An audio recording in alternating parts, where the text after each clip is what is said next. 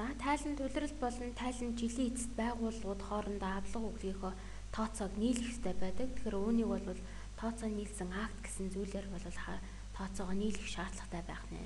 Тэгэхээр бид нэр Major Finance програмн дээрээ D багнан дээрээ за авлага өгүүлбэртэй компаниудын тохиргоог хийж өгснөөрөө тооцоо нийлсэн акт автоматар харах боломжтой гэсэн. За тэгэхээр D8 гэсэн нүдэн дээрээ очино.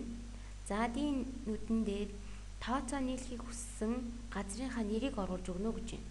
За тэгэхээр энэ дээр би за ямар байгууллага болон хувь хүмүүстэй тооцоо нийлгэж байгаа вэ гэдэг тохиргоогоо би энэ дээр сонголтоо компанийнхаа нэрийг сонгоод өгнө гэсэн.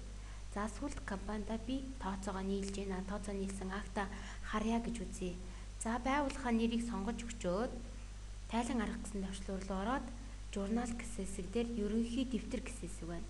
Үүн дээрээ дараад өгнө. Ингэснээрээ тооцоо нийлхийг хүссэн акт маань гарч иж байна гэсэн үг.